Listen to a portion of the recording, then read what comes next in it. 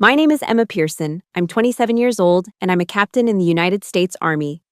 And my sister's lavish Dallas wedding just became a family crisis. Right in the middle of her wedding reception, my own mother screamed at me, "You are so selfish, Emma. Your sister deserves this more than you." Her voice echoing down the marble hallway. "What did you do to him? Did you poison a confused old man to steal your sister's future?" She poked her finger into my chest. "Madison is building a brand. She needs that money. What do you have? A uniform and some cheap patriotism. You are just a selfish, useless girl." She, my father, my sister. They all thought they had me backed into a corner.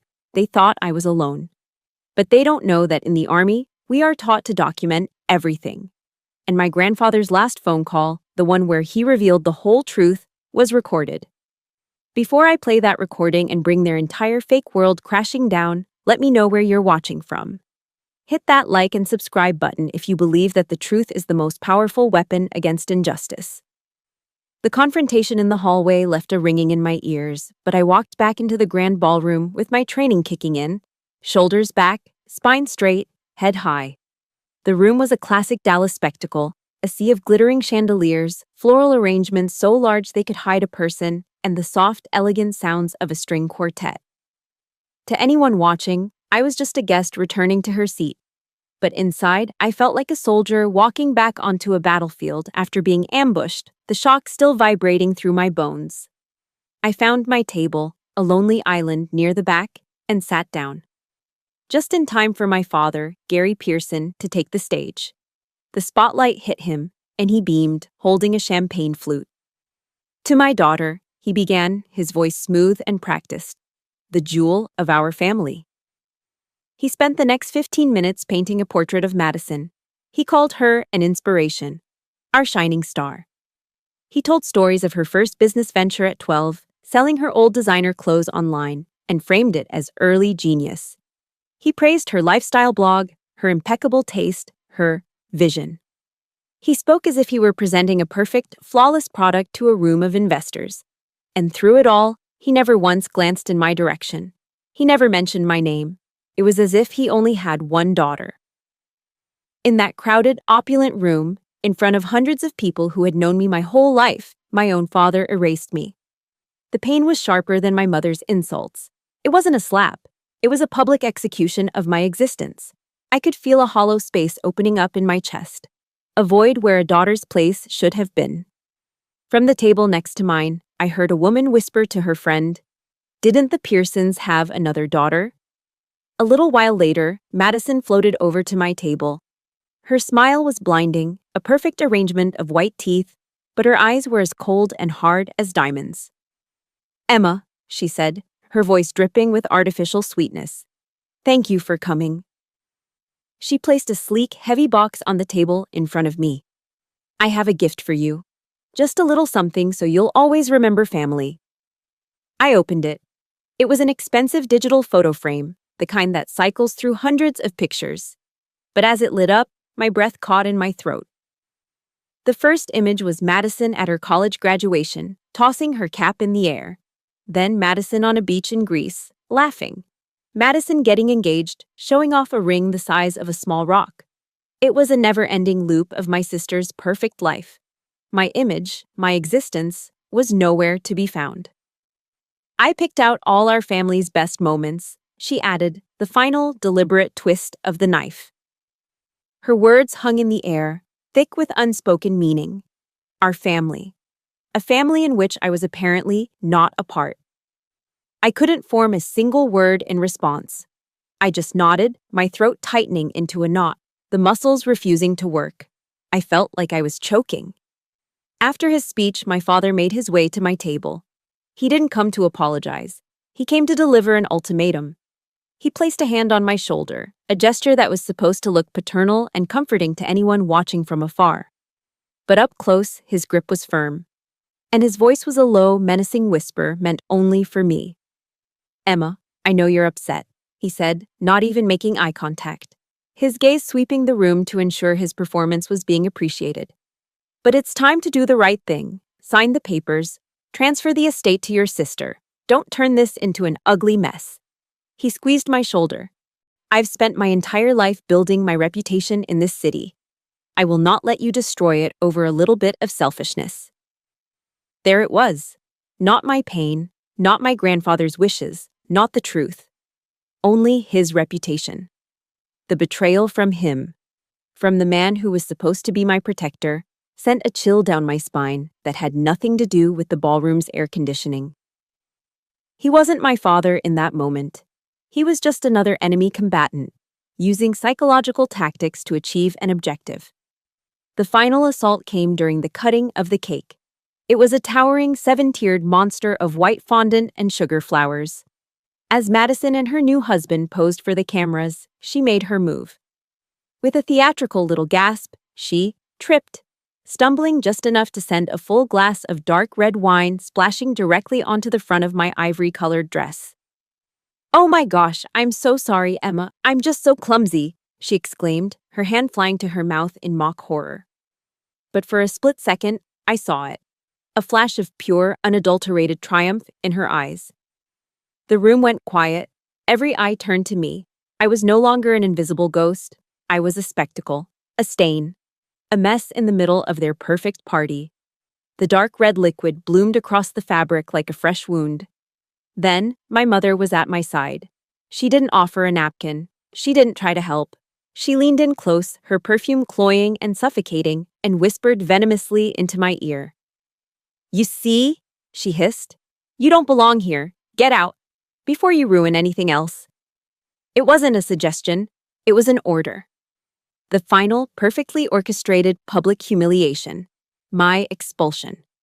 I stood there for a moment, the wine cold against my skin, the stares of the crowd like physical blows. And then I turned and walked away. I left the laughter, the music, and the charade behind. Back in the quiet of my hotel room, the digital frame sat on the nightstand, its cold blue light the only thing illuminating the darkness. It silently cycled through Madison's life, a constant mocking reminder of a family I never truly had. The cold, blue light of the digital frame was the only thing moving in the hotel room. It pulsed silently, cycling through a life that wasn't mine. Madison graduating, Madison in Europe. Madison, Madison, Madison. Each bright, perfect image was a fresh insult, another confirmation of my erasure. I stared at the screen, at the hollow perfection of it all, and my mind drifted away from the sterile, air-conditioned silence of the room. It traveled back in time, back to a place of genuine warmth, to a different kind of picture.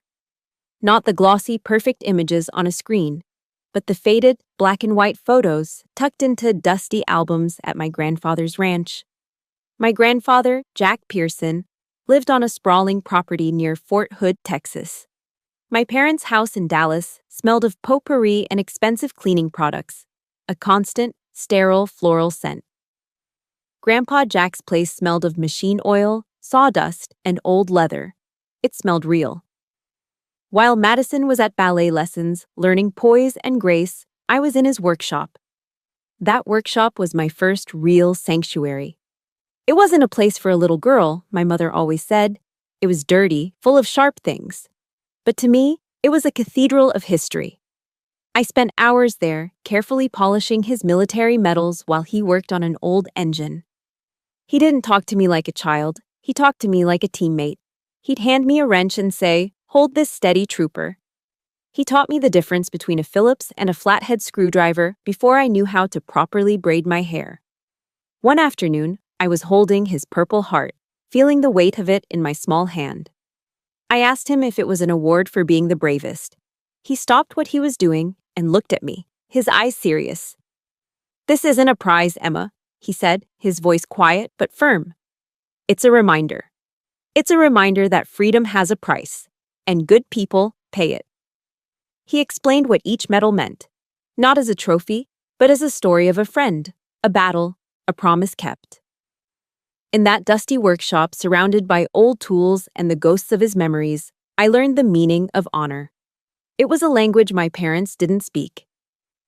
Years later, when my acceptance letter to West Point arrived, my parents threw a perfunctory dinner party. It felt more like a business obligation than a celebration. They invited their friends, toasted my ambition, and then quickly changed the subject. The next day, Grandpa Jack drove 3 hours from the ranch just to see me. He didn't bring a fancy gift.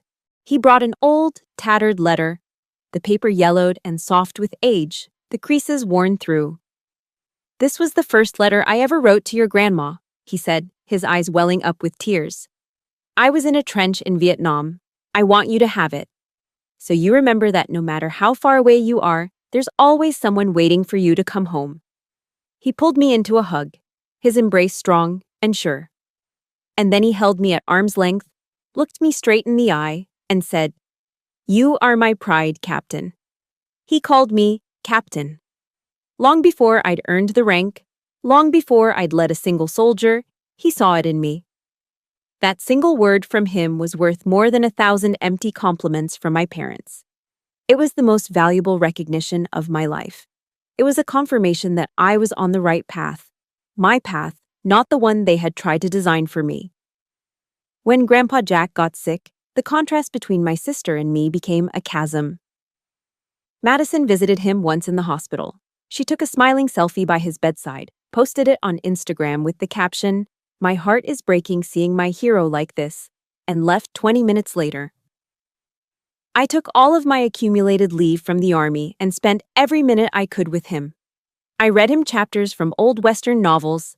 I wiped his brow with a cool cloth, and sometimes we just sat in silence. The quiet hum of the hospital machines, the only sound between us.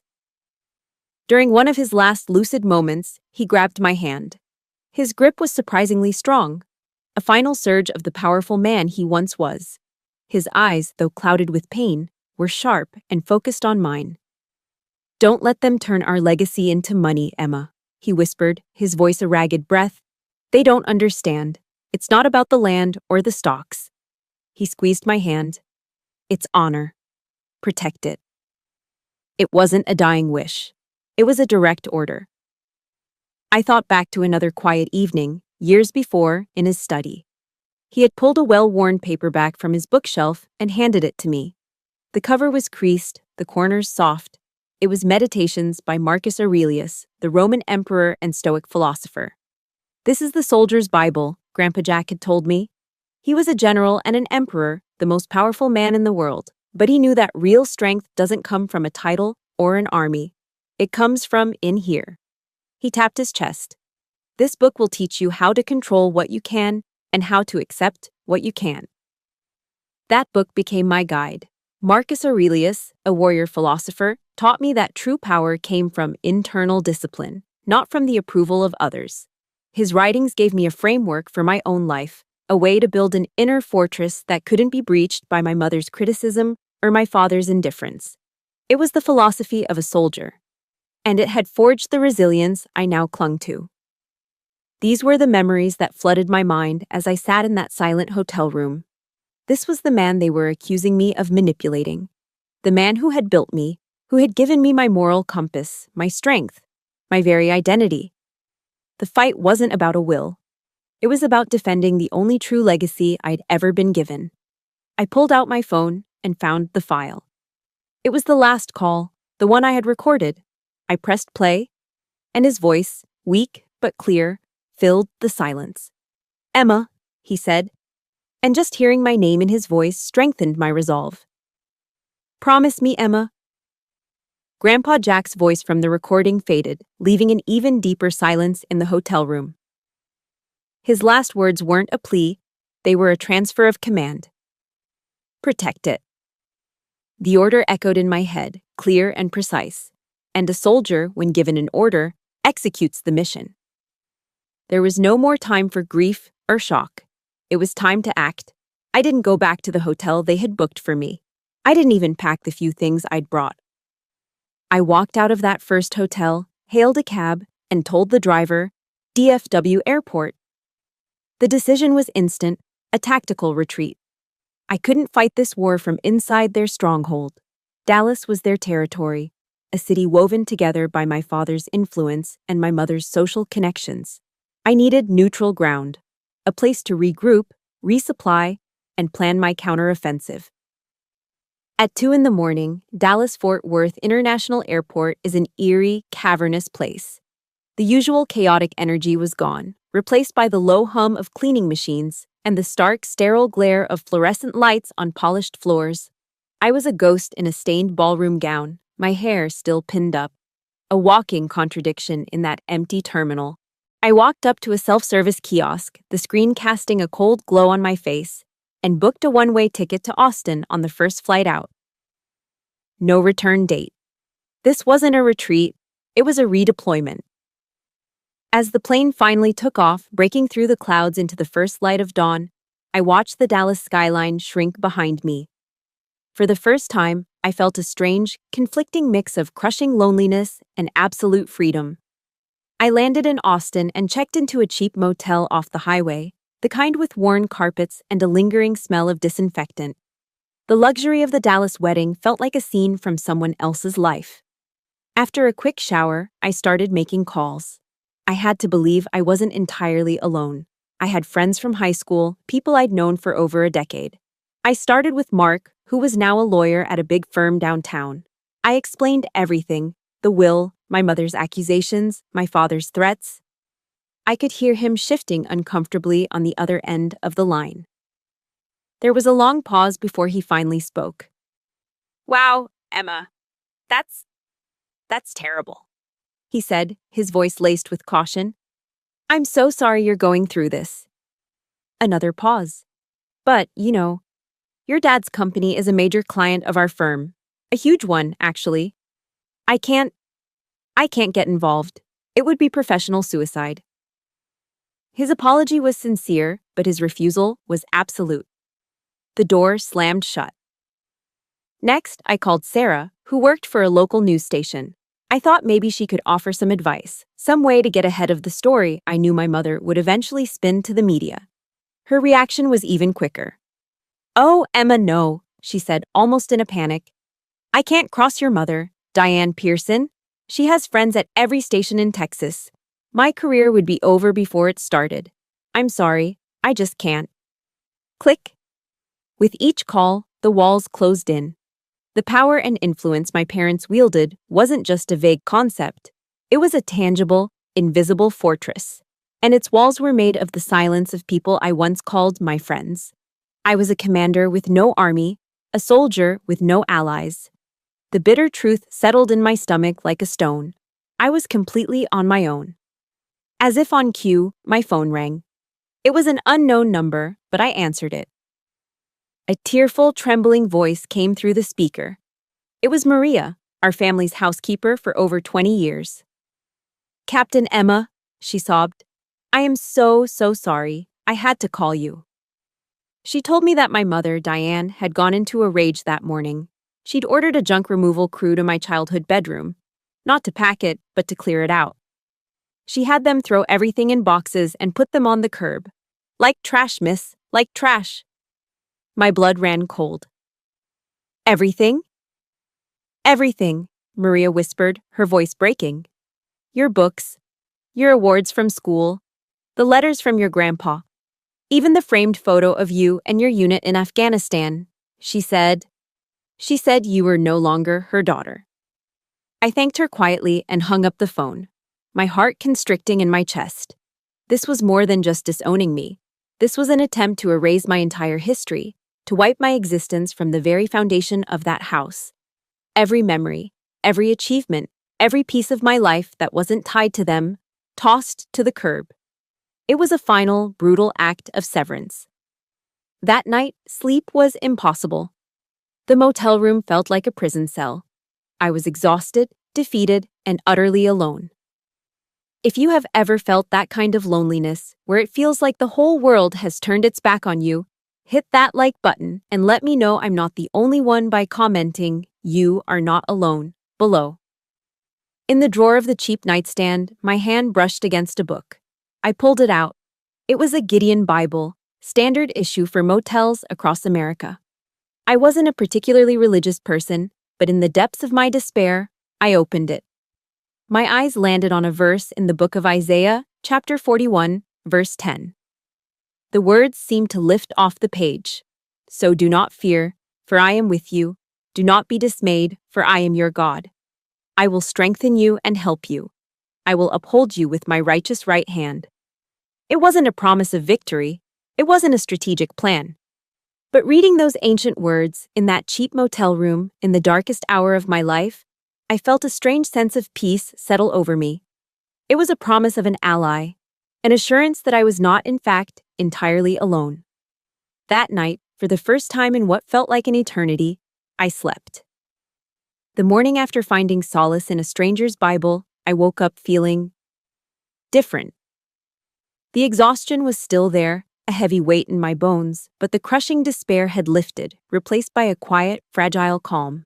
It wasn't hope, not yet. It was just the absence of panic.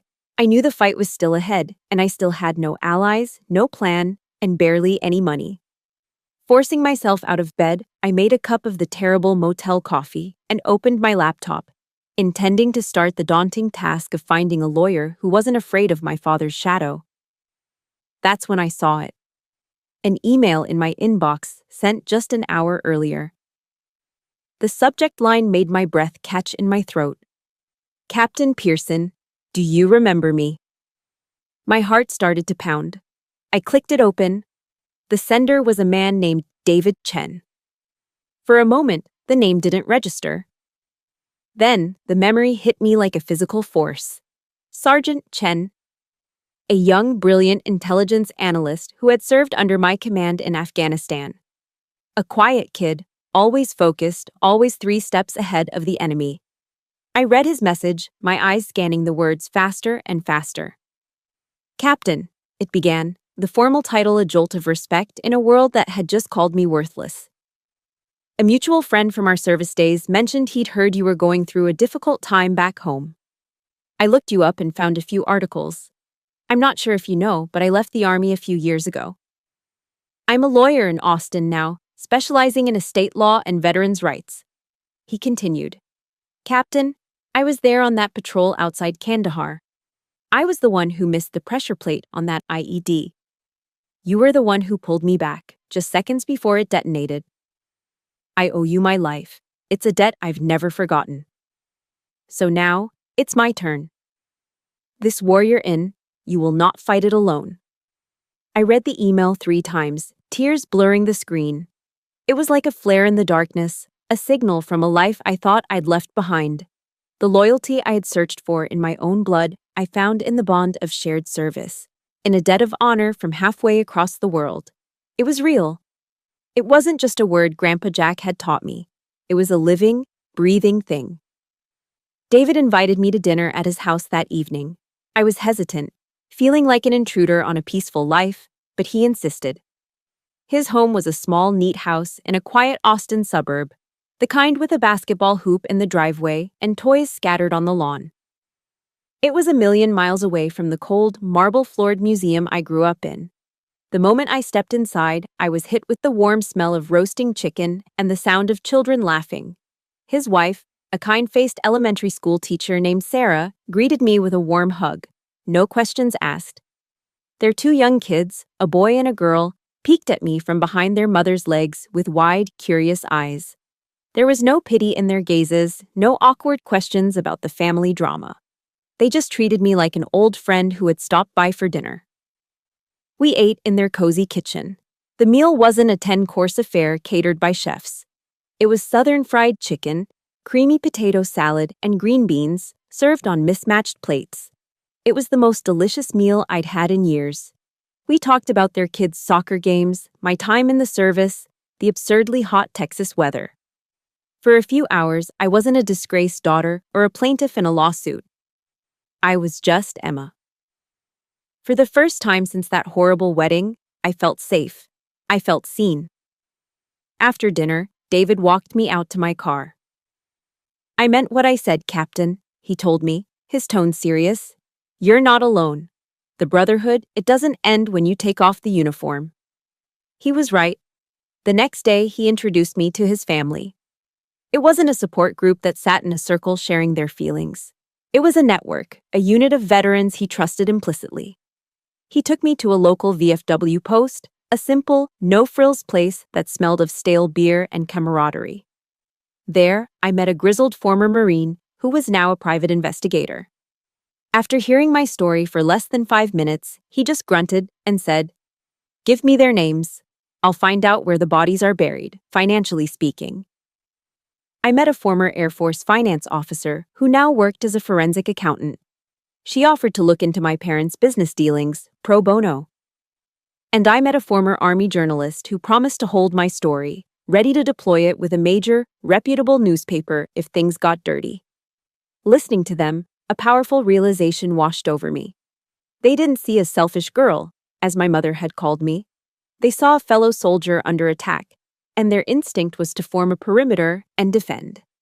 This was a family forged in fire and loyalty, bound by a shared code of honor. It was the family Grandpa Jack had always told me about. I finally understood. Family isn't something you're born into. It's the people who fight alongside you in the trenches. The next morning, I met David at his law office. There were no fancy mahogany desks or abstract paintings on the walls. The only thing hanging behind his desk was a folded American flag in a display case, the very flag that had flown over our forward operating base in Afghanistan. It was a statement. This was a place where honor mattered more than billable hours. We spread everything out on his conference table. Grandpa Jack's will, the worn-out letters he'd given me, and the digital audio file of his final call. David leaned forward, his expression focused and intense. "They're accusing you of undue influence, Captain. That's a legal claim that you manipulated a vulnerable old man," he said, his voice sharp. "We're going to turn that accusation right back on them. We will prove that they were the ones who harassed and emotionally manipulated a decorated veteran in his final days for financial gain." He pointed to the audio file on my laptop. "Our primary weapon isn't just this recording, it's your character, your service record, your integrity." He looked me straight in the eye. "My job is to make sure the world sees the truth." For the first time, I didn't feel like I was on the defensive. I wasn't a victim reacting to their attacks. Sitting in that office, under the watch of that flag, with a true ally by my side, I was a soldier preparing for a counter-offensive. Hope, clear and strong, had returned. The week following my meeting with David and his network was the calm before the storm. For the first time, I felt a surge of confidence. We had a plan, we had a team, and we had the truth on our side. The first official move was quiet and professional. David drafted a formal legal letter, a cease and desist, and sent it to my parents and their lawyer. It was simple. Withdraw the frivolous lawsuit, stop all forms of harassment, and the matter could be settled out of the public eye. It was an offer of peace, a chance for them to walk away before things got ugly. Their response was anything but peaceful. It was a declaration of total war. The first volley came from my mother. She didn't respond through her lawyer. Instead, she left me a voicemail. It wasn't the voice of the polished Dallas socialite. It was a screeching, unhinged tirade filled with venom. "You ungrateful snake!" she shrieked, her voice distorted with rage. "You think you can threaten us? Me? I will ruin you, Emma. I will drag your name through the mud until no one will even look at you. I will see you destroyed in court." It was pure, unfiltered hatred. The second volley, from my father, was more insidious. He sent an email, not with anger, but with a condescending, paternal tone that made my skin crawl. "Emma," he wrote, "I'm disappointed. This isn't you. Let's be reasonable. We are prepared to offer you a settlement. You can keep your grandfather's sentimental little farm, and we'll even provide a small cash sum for your troubles. The rest, of course, must go to Madison, as your grandfather truly intended. Don't make this a messy public spectacle. It's not worth it." They still didn't get it. They thought they could buy my silence, buy my honor. They still thought this was about the money. But the main assault, the one designed for mass destruction, came from Madison. She launched her attack on the battlefield she knew best: Instagram. She posted a series of tearful videos, shot in perfect lighting with soft, sad music playing in the background. Her makeup was flawlessly smudged, her voice trembling as she spun a masterful tale of betrayal. "I never thought I'd have to do this," she sobbed to her hundreds of thousands of followers. "But my own sister." My sister, who was always so distant and calculating. She took advantage of our grandfather in his final, confused moments. She painted a picture of herself as the devoted granddaughter, robbed of her rightful inheritance by a cold, manipulative sibling who was jealous of her success. She played the part of the victim to perfection. The effect was immediate and devastating. Her followers, her Maddie mob, descended upon me. They found my old, barely used social media profiles and unleashed a torrent of hate. Hundreds, then thousands of comments flooded in. You're a disgrace to the uniform. Thief, your own grandfather. What kind of monster does this to her own family? Enjoy the money you stole, you evil witch. They called me a predator, a disgrace to the army, a parasite. It was a digital mobbing, a public execution of my character orchestrated by my own sister. Every notification was another punch to the gut. The private war had just become brutally public. While Madison handled the court of public opinion, their legal team started their own dirty war in the shadows. David got a call from an old law school classmate who gave him a heads up. "David, watch your back," he said. "The Pearson lawyers are playing dirty. They're digging into your client's entire life. They're calling old high school friends, ex-boyfriends, even former professors, trying to find any dirt they can." David relayed the news to me, his jaw tight with anger. "They're trying to build a narrative," he explained. "They're manufacturing a story that you joined the military because you were psychologically troubled or couldn't fit into normal society. They're going to try and paint you as an unstable opportunist who preyed on a lonely old man." It was a sickening strategy, a scorched earth tactic designed to destroy my credibility and break my spirit. They weren't just attacking my claim to the inheritance, they were attacking the very foundations of my life, twisting my service into a symptom of a flawed character. I was reeling from it all, trying to hold on to the stoic principles Grandpa Jack had taught me, but the onslaught was relentless. Then the final blow landed. The one that crossed a line I didn't even know existed. David sent me a link with a simple message. "I'm so sorry, Captain." I clicked it. It was an article from a sleazy Dallas tabloid, the kind of paper you see in grocery store checkout lines. The headline was huge, sensational, and designed to cause maximum damage. Army hero or family fraud. The shocking story behind the Pearson fortune feud.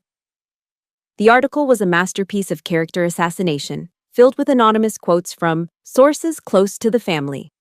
It painted me as a cold, calculating schemer who had abandoned her family for the military, only to return to swindle a dying man. But it was the photo they used that shattered my composure. They had placed two pictures side by side. On the right was a professionally shot photo of Madison, a single perfect tear rolling down her cheek. On the left was a picture of me. I was in my dress uniform, standing at attention during a ceremony. My face was stern, professional, resolute. My uniform. The symbol of my oath, my service, my entire identity. The one thing in my life that was pure, that was built on honor. And they had dragged it onto the front page of a gossip rag, twisting it into a mask for a monster. In that moment, something inside me snapped.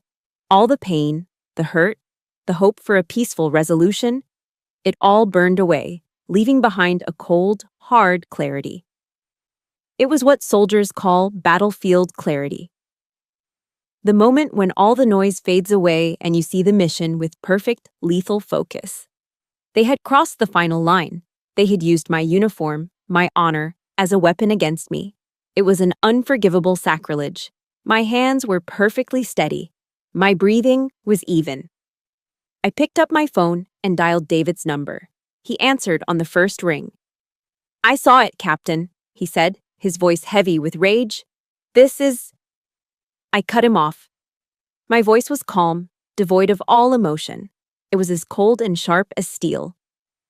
"It's time, David. The defensive operation is over." I took a steadying breath. "Release the recording." Staring at the tabloid on my screen, at the grotesque juxtaposition of my honor and their lies, I didn't shatter. I didn't scream. I didn't even cry.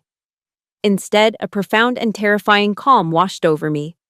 In the military, we have a name for it. Battlefield clarity. It's the moment in the heart of chaos when the universe seems to slow down.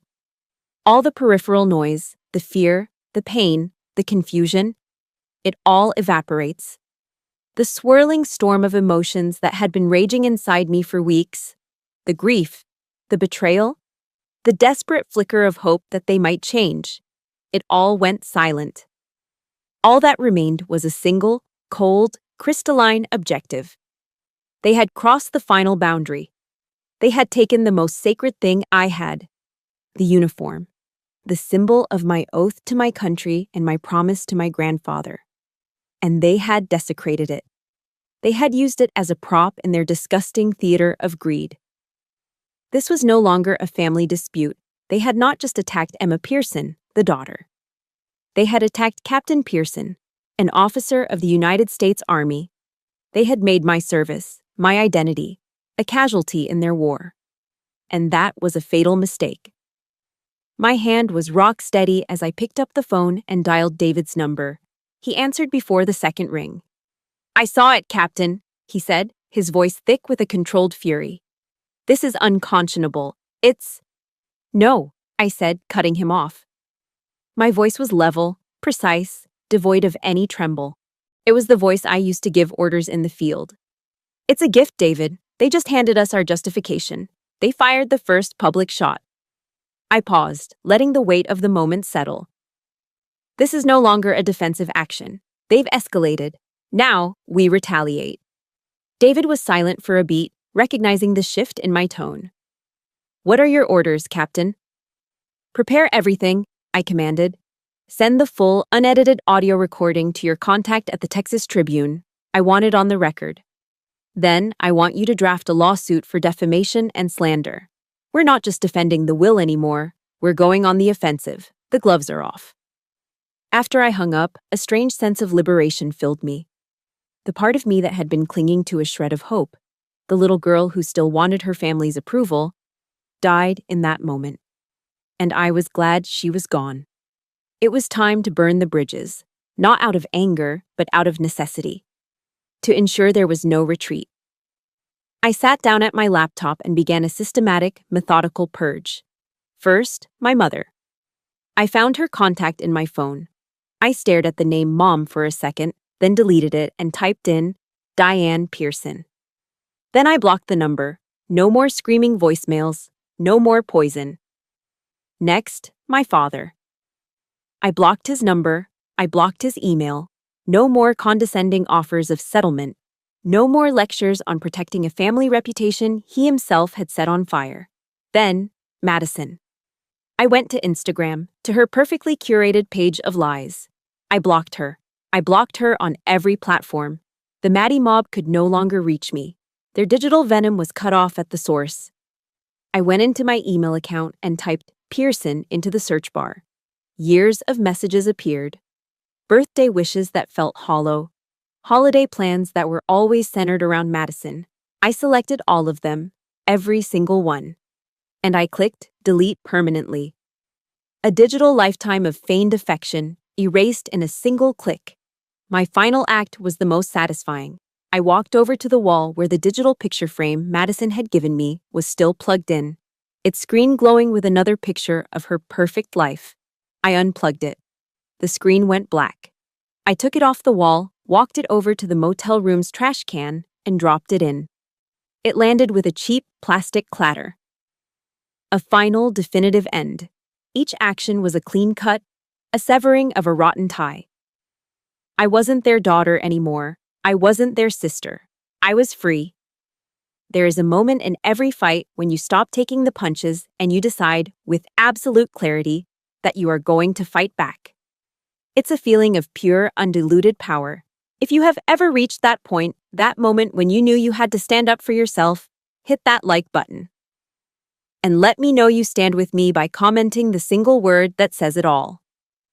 Honor. But there was one more thing I had to do. One final bridge I needed to reinforce, not burn. I got in my car and started the drive to Grandpa Jack's farm. The Texas landscape rolled by, but I barely saw it. My mind was clear, my purpose set. I let myself into the old farmhouse, It smelled of him, of old books, wood smoke, and a faint hint of motor oil. I walked through the quiet rooms and out to his workshop, his sanctuary. Everything was just as he'd left it. Tools hung neatly on the pegboard walls. A half-finished engine sat on a stand, waiting for hands that would never return. On his workbench, next to a worn copy of Meditations, was a framed photo of him. He was a young man in the picture, standing proud in his army dress uniform, the same one he was buried in. A fine layer of dust had settled on the glass. I picked it up, my fingers tracing the outline of his face. With the sleeve of my shirt, I carefully, gently, wiped the dust away until his eyes were clear again. I stood at attention, holding the frame, and I looked right into his eyes. I spoke, not as his grieving granddaughter, but as a soldier reporting to her commanding officer. "Sir," I began, my voice steady and formal, "I have allowed sentiment to compromise the mission.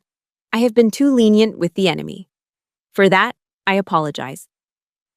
I took a deep breath, the air thick with the smell of sawdust and honor.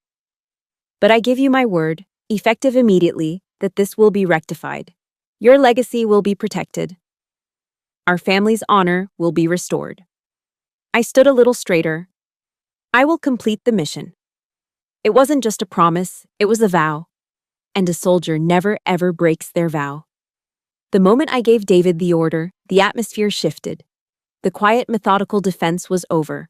We were now on the offensive, and David's law office transformed into a tactical operations center, a war room for what we internally began to call Operation Truth. The team David had assembled, my new chosen family, moved with the swift, quiet efficiency of a special forces unit. There was no panic, no chaos, just focused, professional execution. Our plan was a multi-front assault designed to dismantle my family's narrative of lies with an overwhelming barrage of undeniable facts. This wasn't going to be a messy, emotional battle fought in the tabloids.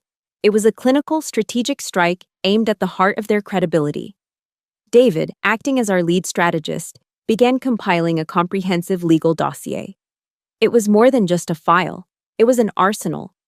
It included a sworn affidavit from Maria, our former housekeeper, detailing years of conversations and observations.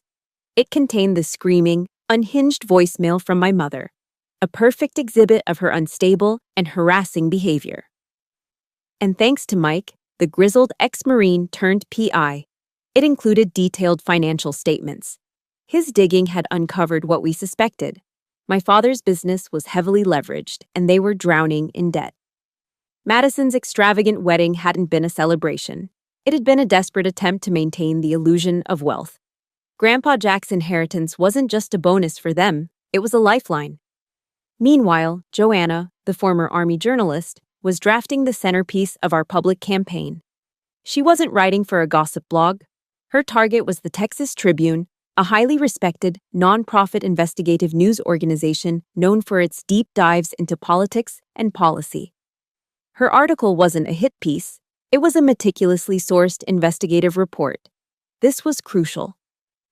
By choosing a serious outlet, we ensured the story would be framed not as a salacious family feud, but as a serious matter of elder abuse and legal malpractice.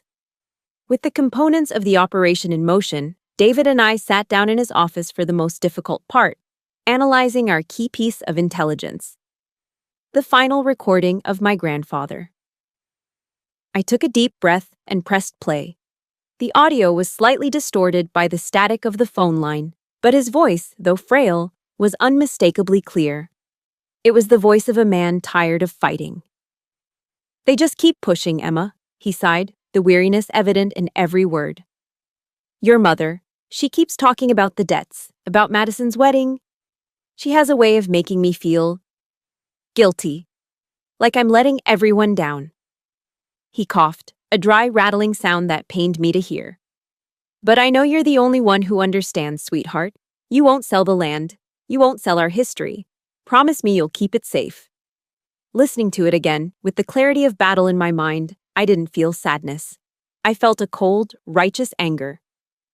This recording wasn't just evidence of my innocence, it was a confession of their guilt, a documentation of their relentless, desperate manipulation.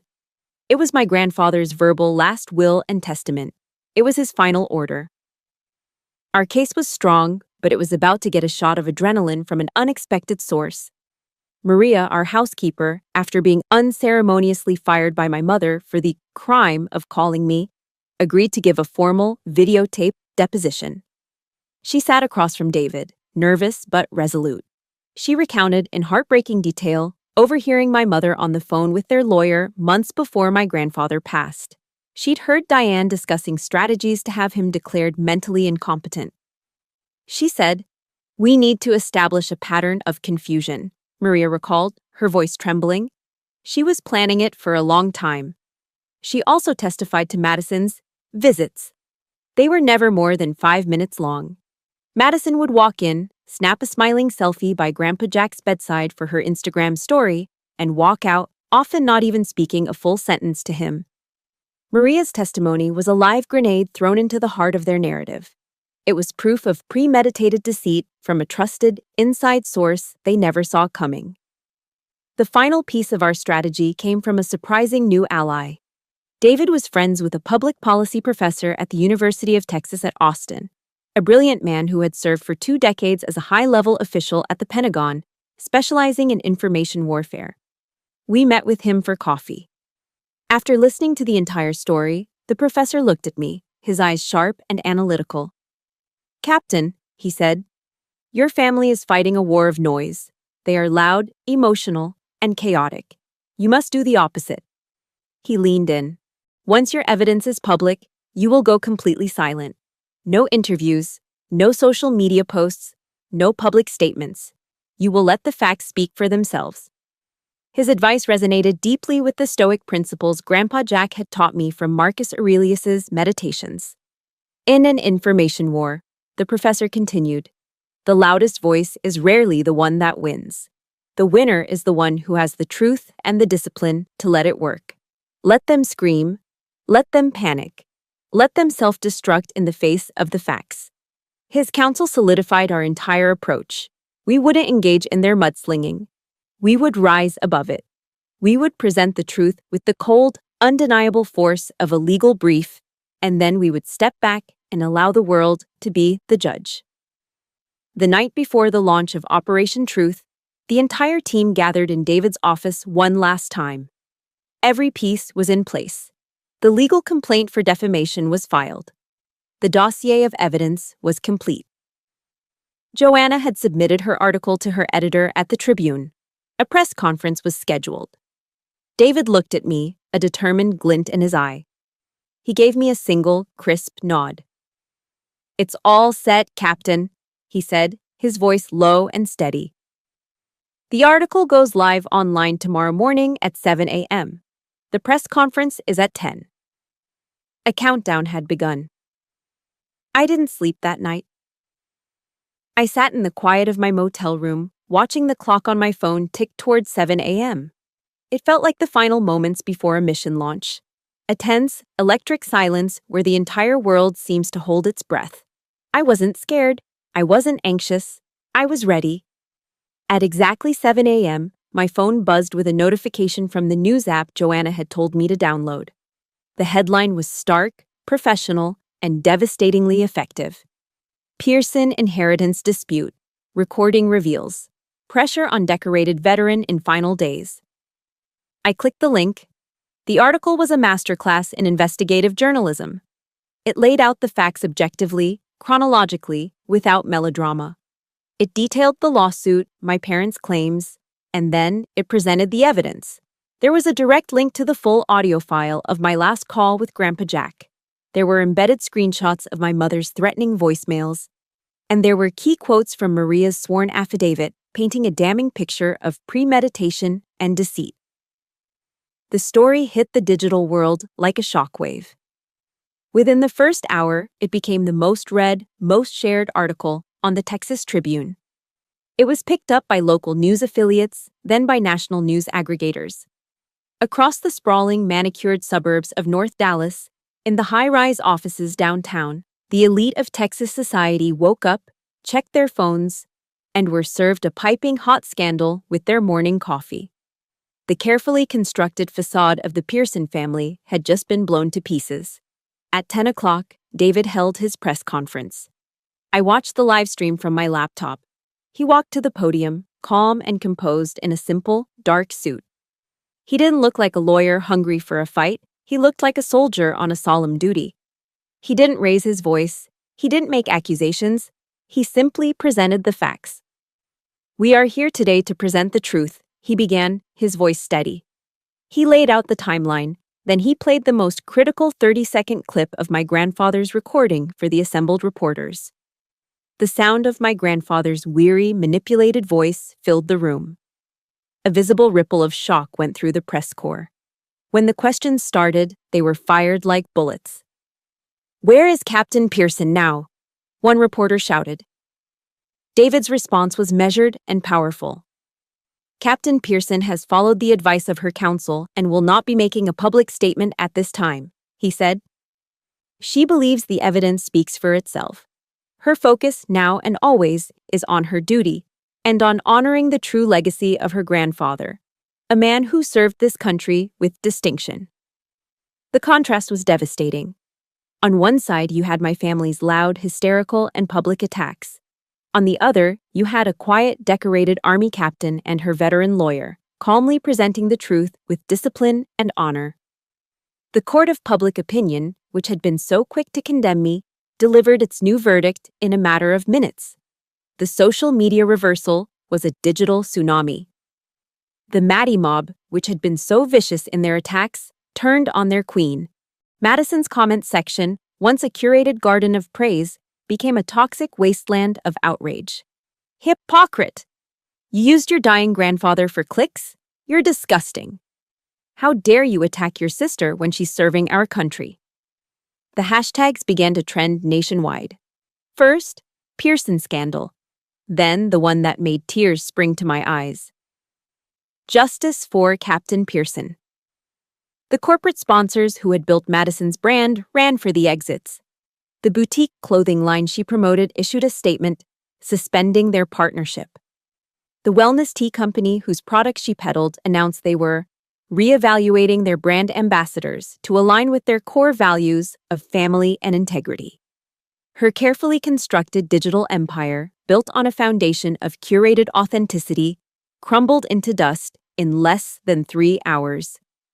The fallout for my father was just as swift, though it happened in the more private, but no less brutal arenas of high-stakes business. His phone began to ring, and it didn't stop. It was the other members of his board demanding an emergency meeting.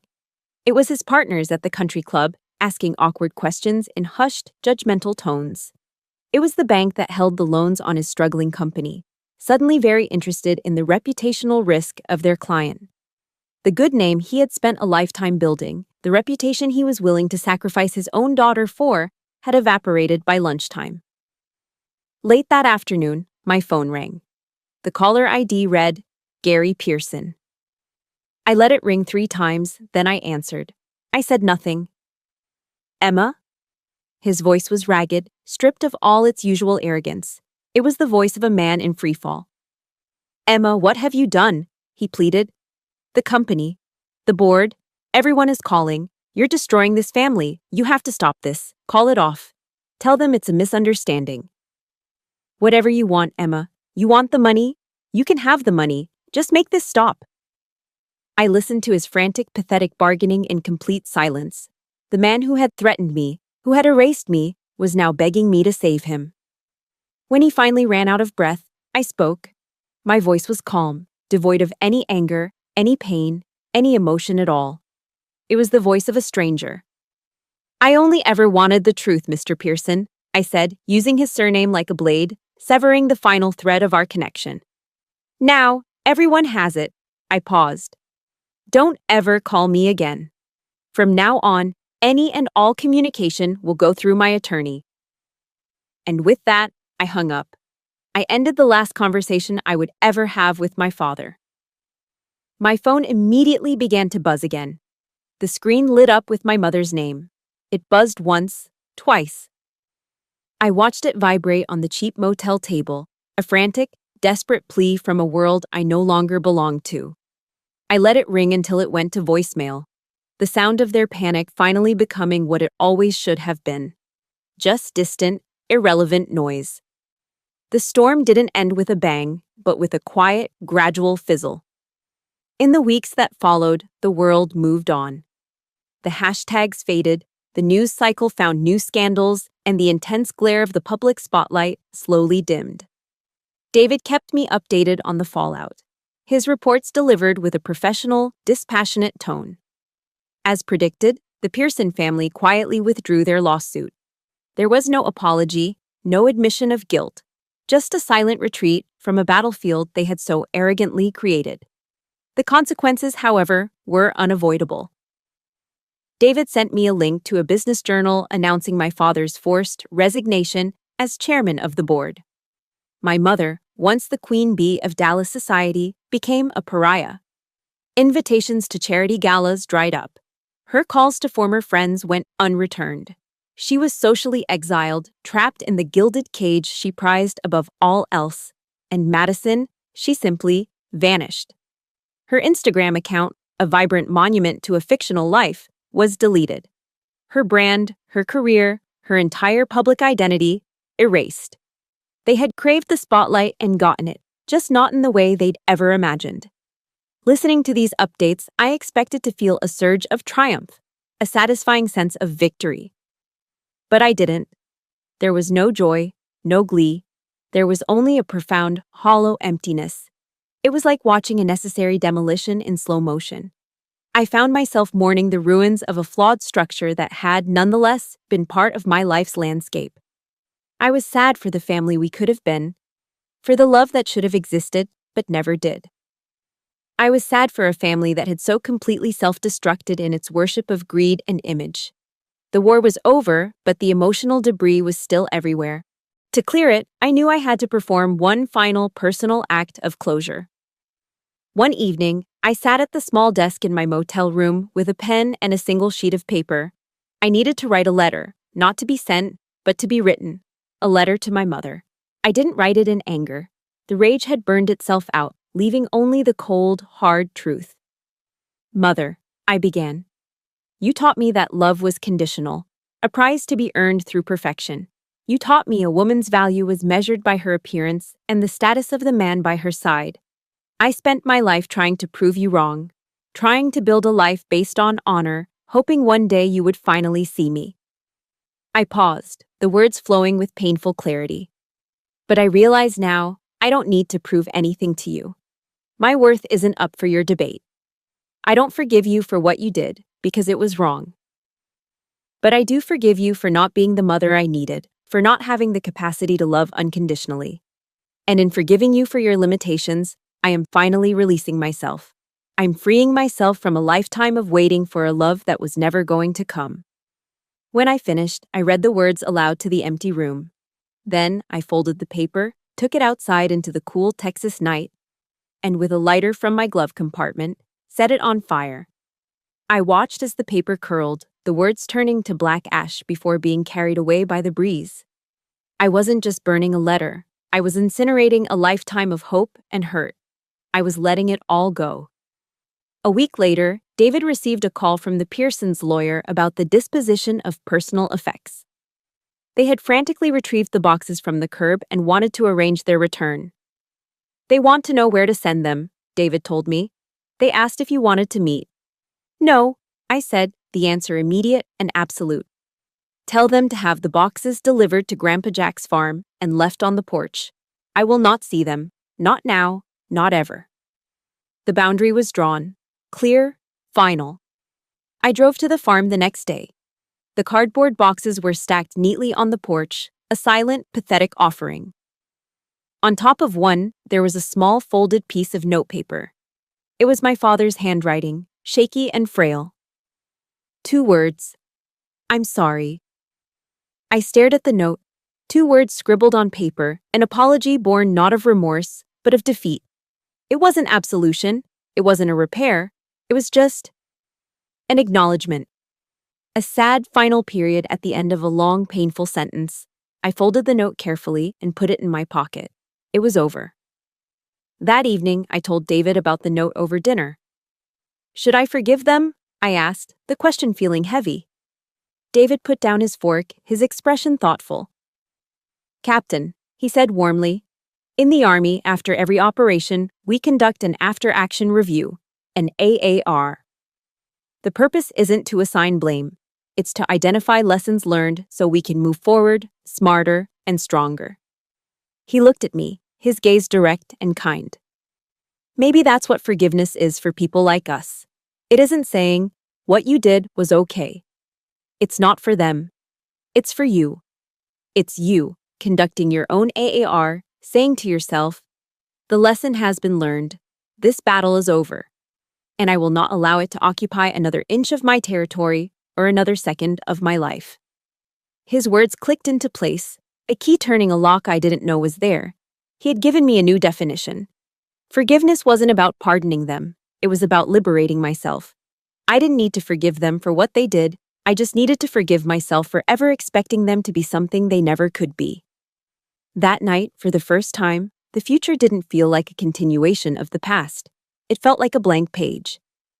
I opened my laptop, the screen a bright beacon in the dark room. I navigated to a website I'd bookmarked weeks ago, a page I hadn't had the courage to look at until now. It was the application portal for the John F. Kennedy School of Government at Harvard University. My finger hovered over the mouse, and then, with a sense of quiet, profound peace, I clicked Start New Application. 6 months later, the world looked different, softer. I was walking through the historic red-bricked grounds of Harvard Yard in Cambridge, Massachusetts, a crisp autumn wind rustling through the golden leaves. The air didn't smell of Dallas money or Texas heat. It smelled of old books, damp earth, and the promise of intellectual pursuit. There were no ghosts here, just history. I was no longer Captain Pearson, a soldier on the defensive. I was just Emma, a graduate student in a comfortable pair of jeans and a worn wool sweater. Using the GI Bill my grandfather's service had earned for me, I had been accepted into the Master in Public Policy program at the prestigious John F. Kennedy School of Government. My uniform was packed away, a relic of a life I honored but had moved beyond. My new mission was here, in these hallowed halls. I was learning to serve my country in a new way, not with a rifle, but with policy and legislation. I was studying the very systems that are supposed to protect veterans like my grandfather, learning how to strengthen them, to ensure that no soldier ever has to fight their final battles alone, manipulated by the greedy and the desperate. The intellectual rigor of New England was a healing balm, thousands of miles and a lifetime away from the brittle glamour of Dallas. Before I left Texas, David and I had one final piece of business. We officially established the Jack Pearson Legacy Foundation. My inheritance wasn't a jackpot to be spent. It was seed capital for a new mission. We used a significant portion of the funds to create vocational scholarships and small business grants for veterans transitioning back to civilian life. We wanted to give them the tools to build their own futures, just as my grandfather had taught me to build mine. And the farm, his sanctuary, was never in danger of being sold. It was transformed. It is now the Pearson Valor Center, a retreat and training facility where veterans can come to find their footing. The old barn, once filled with rusted tools, is now a fully equipped workshop where they can learn new skills like mechanics, carpentry, and welding. The main house is a place for counseling and quiet reflection. We turned my grandfather's physical legacy, his land, his home, into a living one, an engine of healing and opportunity for his brothers and sisters in arms. His spirit was more alive there now than it had ever been. My chosen family, the one forged in the fire of my personal war, remained my anchor. I had a weekly video call with David, Sarah, and their kids, their laughter and chaotic family life, a welcome dose of normalcy that bridged the distance between Austin and Cambridge. My new life wasn't a solitary one, either. I had found a new unit here, a small group of fellow veterans in my program at the Kennedy School. For my first Thanksgiving on the East Coast, I didn't fly back to a home that no longer existed. I made a new one. I hosted a small dinner in my tiny Cambridge apartment. The guest list was my new family, a former Marine pilot, a Navy SEAL, and an Air Force cyber warfare officer. We crowded into my small kitchen, cooking together, the small space filled with laughter and the rich smells of roast turkey and sage stuffing. We shared stories, not of the traumas of war, but of the absurdities of transitioning from the battlefield to the classroom. We didn't talk about the families we'd lost or left behind. We celebrated the one we were building, right there, in that moment. It was then I fully understood the truth Grandpa Jack had tried to teach me. Family is not a birthright. It is a daily act of construction, built on a foundation of mutual respect, unwavering loyalty, and genuine love. The final scene of my old life played out not in a courtroom or a battlefield, but in the profound silence of a library. I was sitting at a long oak table in the magnificent reading room of Widener Library, surrounded by millions of books, a cathedral of human knowledge. The weight of all that history felt comforting, not crushing. From my bag, I took out the small folded piece of notepaper my father had left for me on that box of my discarded life. I unfolded it and looked at the two words, "one last time."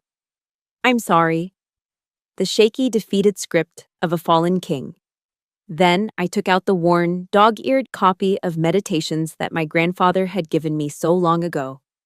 Its pages were filled with his pencil-scrawled notes and underlined passages. I could almost feel the warmth of his hands on the cracked leather cover. I opened the book to a random page and gently placed my father's note inside, letting it rest between the ancient words of wisdom. I wasn't enshrining it, I wasn't even forgiving it, I was just filing it away. It was a part of my story, a lesson learned, a data point in my personal after-action review. I closed the book, the note now a permanent, silent bookmark in my past. I would not live in that past, but I would learn from it. I would carry its lessons with me. I remembered one of the quotes my grandfather had underlined twice. It was from Marcus Aurelius. "The best revenge is to be unlike him who performed the injury." A small smile touched my lips. My victory wasn't in their destruction, but in my own creation. I had refused to become like them, bitter, greedy, and empty. Instead, I had chosen to build. I built a foundation to help others. I built a new family based on love. I was building a new life dedicated to service and purpose. By living a life of peace, by living a life of meaning, by living a life of honor, I had truly won. I was, finally and completely, living his legacy. And so, my story isn't one of revenge. It's one of reclamation. It's about taking the broken pieces and building something stronger, something true. My grandfather taught me that honor isn't just a word, but a way of living. Thank you for following my journey and for sharing your own stories of strength in the comments. Your support has been a powerful reminder that we are never truly alone. If you believe in the power of resilience in creating your own family, please hit that subscribe button and join our community. Together, we can share more stories that inspire and empower,